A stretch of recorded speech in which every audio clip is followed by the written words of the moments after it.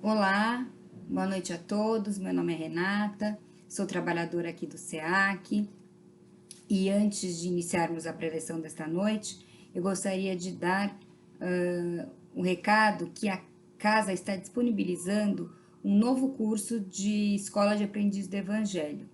Então, ele será virtual, será online, e maiores informações vocês conseguem nas nossas mídias sociais, pode ser tanto na nossa página do Facebook quanto na nossa página do Instagram. Então, convido a todos aí, para quem não conhece, para adentrar esse curso, iniciar esse curso. É um curso realmente muito interessante, é um curso bem dinâmico e ele tem uma proposta bem interessante, que é a proposta de renovação interior, tendo como fundamento o Evangelho de Jesus. Então, fica aí o convite para aquelas pessoas que têm interesse. Então, maiores informações, como eu já disse, nas nossas mídias sociais.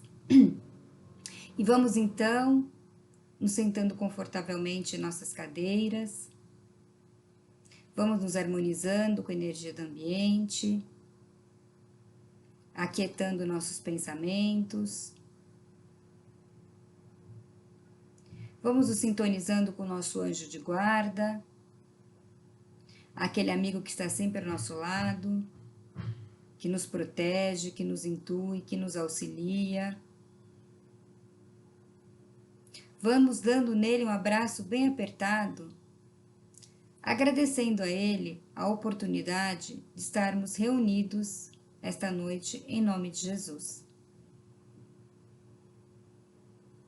Vamos saudando Maria, nossa Mãe Santíssima. Vamos deixando ser envolvidos com as luzes que saem do seu manto azul de luz e que derramam sobre nós vibrações de amor, docilidade, ternura, resignação, paciência. E a ti, querida mãezinha, pedimos que nos leve até o Mestre Jesus. E diante do Mestre agradecemos tua estada aqui conosco, teu ensinamento do Evangelho Redentor, tendo como fundamento maior a lei do amor e o perdão entre os homens. E a ti, Jesus, humildemente te pedimos que nos leve até Deus Criador. E diante do Pai, ajoelhados em espírito, agradecemos por tudo que temos, por tudo que somos, pela oportunidade desta reencarnação e de estarmos juntos aqui através da prece. Pai nosso que estás no céu, santificado seja o vosso nome. Venha a nós o vosso reino e seja feita a vossa vontade, assim na terra como no céu. O pão nosso de cada dia nos dai hoje. Perdoa, Pai, as nossas dívidas, na medida em que perdoarmos os nossos devedores. E não nos deixeis cair em tentação, mas livra-nos de todo mal, porque vosso é o reino, o poder e a glória, agora e para todo sempre, graças a Deus. Bom, boa noite a todos. O tema sugerido essa noite pela espiritualidade chama-se O Poder da Fé como Jesus ensinou, esperança e caridade. Esse tema se encontra no Evangelho segundo o Espiritismo, capítulo 19, e o nome do capítulo é A Fé Transporta Montanhas. Para iniciarmos, para falarmos sobre o poder da fé como Jesus nos ensinou, em primeiro lugar, como é esse poder? O que é esse poder da fé? Jesus falava, sobre a fé realmente transportar montanhas. E de onde surge esse poder? Primeira coisa que a gente precisa ter em mente é que esse poder, ele surge dentro de cada um de nós. Esse poder está dentro de cada um de nós.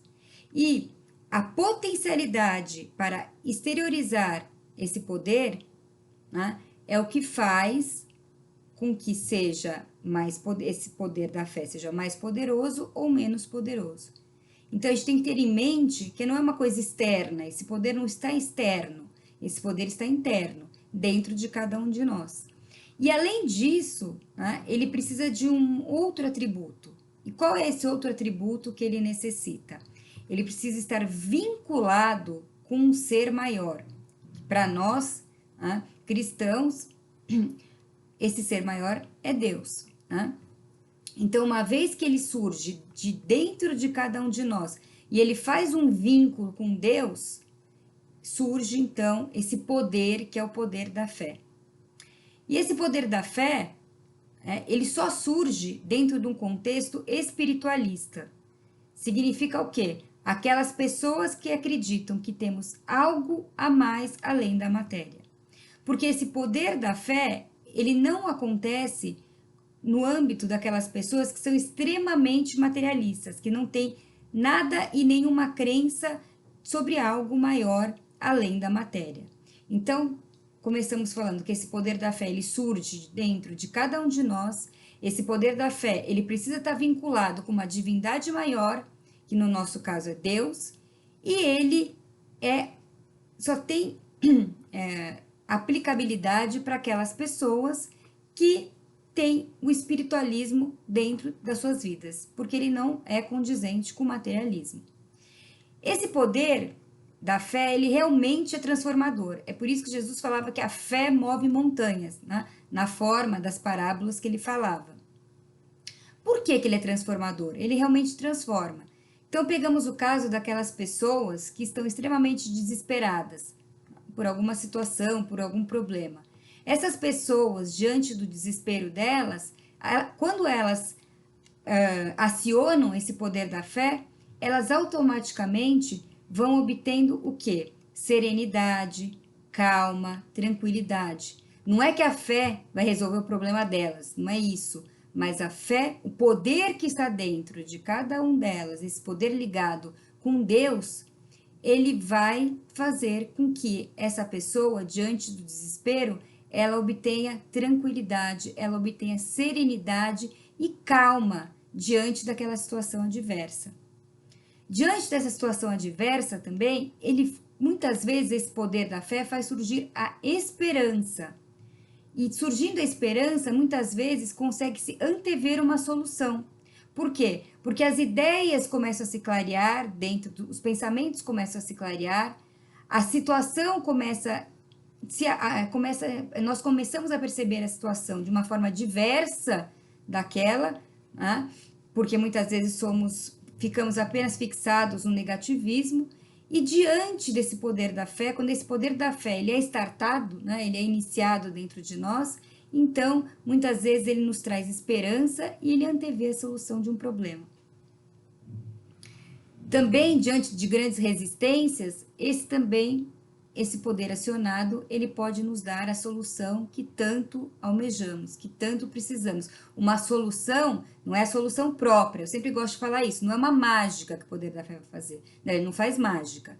O que ele faz é o seguinte, ele nos dota de capacidade para nós irmos atrás da solução. É isso que o poder da fé faz. Por isso que muitas vezes aquelas pessoas que ficam esperando que que seja a espiritualidade, ou Deus, ou anjos, arcanjos, ou santos vai resolver o problema dela, eles não vão. Porque quem resolve o problema é esse mecanismo que é acionado dentro de nós. Então, uma vez que qualquer coisa que tenha que ser resolvida tem que surgir de dentro de nós. Né? A solução nunca vem pronta. É bom deixar isso bem claro. E quais são os obstáculos a esse poder de fé? O livro dos Espíritos já nos fala duas coisas só atrapalham a evolução plena do ser humano. E quais são essas duas coisas que atrapalham a evolução plena do ser humano e que também são obstáculos ao poder da fé? O orgulho e o egoísmo. O orgulho e o egoísmo faz com que muitas vezes a nossa autoconfiança, achamos que podemos resolver tudo, que somos autossuficientes e muitas vezes esquecemos que tem alguém acima de nós com infinitas possibilidades e que essa pessoa acima de nós, uma vez que realmente formos buscar sua ajuda, então ele vai nos ajudar de alguma forma. Isso aí também é o quê? É falta de humildade, porque muitas vezes não recorremos às ajudas que realmente poderiam nos ajudar por uma total falta de humildade.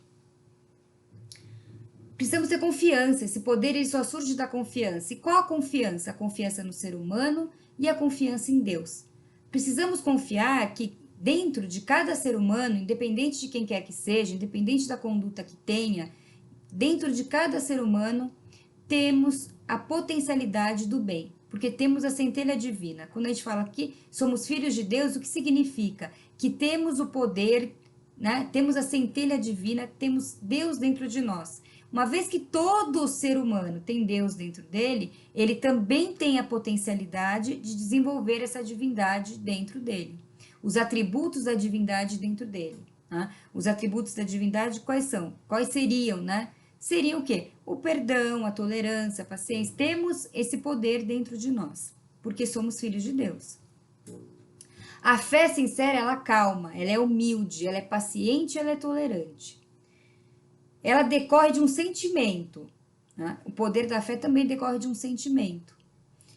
E por ser por ele agir também sobre um sentimento, ele faz com que acionemos outro mecanismo que está ao redor de nós, que são as energias. É por isso que muitas vezes, algumas pessoas, quando estão diante de algum médium de cura, enfim, né, de alguma pessoa que aplica reiki, quando aquela pessoa que vai aplicar tanto o passe quanto o reiki, ela está num estágio de realmente de grande fervorosidade, com a fé dela muito forte, em contato com Deus, a pessoa que vai receber aquele magnetismo, e também as duas, né, também tem uma fé muito forte, está em contato com Deus, com certeza, nesse momento, a fé de ambas as pessoas, a energia que é trocada entre ambas as pessoas, ela realmente pode operacionar milagres. Era isso que Jesus queria dizer com a fé move montanhas. É por isso que quando Jesus curava as pessoas, o que ele falava? A gente pega lá na Bíblia, todas as vezes que ele curava alguém, ele falava o quê? Que não era ele que curava, a sua fé te curou. A pessoa diante de Jesus, ela tinha tamanha fé e se unia também com aquele poder de Jesus que ela era curada. Mas Jesus falava para a pessoa, a tua fé que te curou. Esse poder, né, esse poder enorme que está dentro de você, e uma vez esse poder acionado junto com Deus, com certeza ele opera milagres, é isso que Jesus falava. É por isso que quando novamente ele aparece nos Atos dos Apóstolos, ele fala o que para os apóstolos? Né? Quando eles estavam perdidos, naquele contexto que Jesus tinha sido crucificado, eles estavam com medo de levar a boa nova adiante, o que Jesus falou para eles? Né? Eles falavam que eles não podiam curar as pessoas, que eles não tinham aqueles mesmos atributos que Jesus tinha. E o que Jesus fala para eles? Vocês podem tudo isso e muito mais. É isso que Jesus falava. Vocês precisam acreditar na sua fé. Vocês podem fazer o que eu fazia e muito mais. Né? A gente tem um livro também, Os Mensageiros, ditado pelo Espírito André Luiz, psicografado por Francisco Cândido Xavier, naquela série que começa com O Nosso Lar, o segundo livro, Os Mensageiros. Numa das passagens, um espírito fala sobre o sopro curador. Ele falava, não é à toa que quando uma criança se machuca aí na terra, a mãe vai lá e assopra e começa a melhorar. Ele falava, um dia vocês vão conhecer a potencialidade do sopro curador. Eles falavam isso pra gente. E o que é o sopro curador?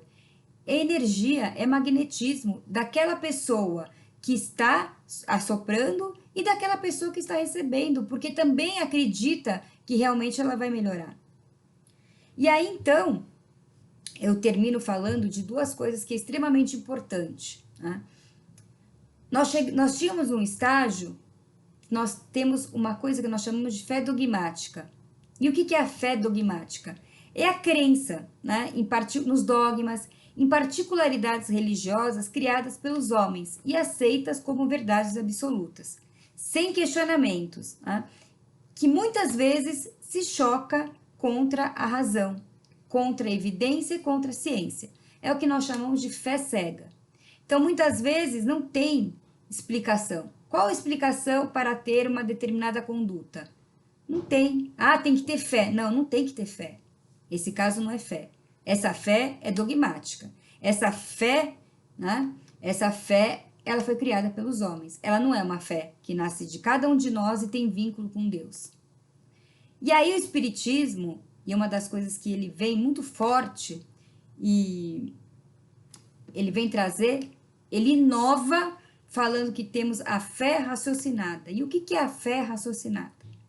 A fé raciocinada é duvide de tudo até encontrar a sua resposta. É a busca da verdade. É a busca das respostas, e essas respostas são dadas, muitas vezes, são cotejadas com a ciência, e elas são também comparadas com outras coisas, até que se chegue, então, a uma resposta única. Allan Kardec, não sei se vocês sabem, muitos, né, a maioria sabe, mas muitos também podem não saber. Allan Kardec, antes de ser Allan Kardec, era o pseudônimo que ele utilizou para escrever as obras espíritas, justamente utiliza esse pseudônimo porque ele não gostaria que fosse confundido com a obra do educador Hippolyte Léon Denisard Rivail. Então, quando ele toma contato, primeiro com a história das mesas girantes, nos primórdios do espiritismo, que Paris estava tomada com essas mesas girantes, ele questionou se aquilo lá não eram fenômenos físicos. Aliás, ele não acreditava que aquilo lá poderia ter alguma forma inteligente por trás disso. Ele achou que poderiam ser efeitos da eletricidade, que até então eram desconhecidos. Ele falava, não conhecemos todos os efeitos da eletricidade. Quem me garante que não é um novo efeito da eletricidade que está ocorrendo em cima dessas mesas? Ele questionou se não eram efeitos do magnetismo também, que era estudado na época. Então, até ele se convencer de que realmente, por trás daquelas mesas girantes, existia uma inteligência invisível, e que essa inteligência invisível se autodenominou espírito e descortina para os homens um mundo espiritual para dizer que existia vida após a morte, ele só se convence a partir do momento que as mesas começam a dar respostas coerentes. Primeiro dá respostas, porque ele fala, uma mesa não pode dar resposta, mesmo que seja um efeito da eletricidade, um efeito do magnetismo, isso aí não pode ser uma resposta, né? Uma resposta dada a uma determinada pergunta. Então, tem uma inteligência, né? Tem uma inteligência por trás dessas respostas. Quem era essa inteligência por trás dessas respostas? E essa inteligência vem falar que eles eram espíritos e vem, então, nos mostrar o quê? Né? Nos mostraram, eles vieram descortinar que existia, então, um mundo invisível para a maioria, mas visível para alguns, e que esse mundo realmente era formado por inteligências que viveram, muitas delas, aqui na Terra conosco, que não estavam mais aqui. Isso sim, então, é que o Espiritismo veio mostrar. Isso é a fé raciocinada. O que aconteceu com Kardec, o que aconteceu com o professor Hippolyte Léon Denisard. Ele questionou tudo até, então, ele ser convencido de que realmente existiam princípios inteligentes por trás daquelas respostas. A fé raciocinada, ela exige raciocínio e livre-arbítrio, coisa que a fé dogmática nos retira, principalmente o livre-arbítrio.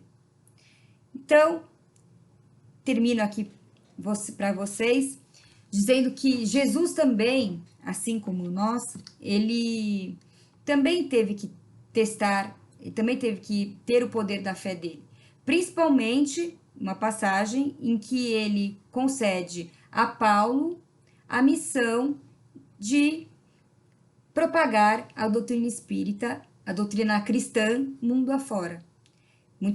E foi muito criticado, principalmente por Pedro, porque ele não acreditava que Paulo era aquela pessoa que iria, então, ser capaz de levar essa missão adiante. Então, termino aqui, me despeço, pensando que vocês poderiam ler também o poder da fé, no capítulo do Evangelho segundo o Espiritismo. Espero revê-los aqui no próximo mês, com muita alegria, com muita paz, com muita tranquilidade, desejando a todos muita saúde. E vamos então terminando, reunindo o que temos de melhor dentro de nós na forma de vibrações. Vamos vibrando por todo o universo, por todos os planetas, em especial o planeta Terra, por todos os países, principalmente aqueles que se encontram em guerra. Vamos vibrando pelo nosso Brasil, em especial por ele, por toda a sua população, pelos seus governantes. Vamos vibrando pelo Centro Espírita Alvorecer Cristão, que nos dá a oportunidade de reequilíbrio físico e espiritual, vibrando por todos os seus trabalhadores assistidos. Vamos vibrando pelo nosso lar, imaginando Jesus adentrando a porta da frente da nossa casa e iluminando o nosso lar com vibrações de amor, ternura, paciência, tranquilidade. E por fim, Pai, se de nosso merecimento for, que um raio da tua luz recaia sobre cada um de nós aqui presentes, encarnados e desencarnados, nos dando força e bom ânimo para transcorrermos tranquilamente mais uma semana. Graças a Deus.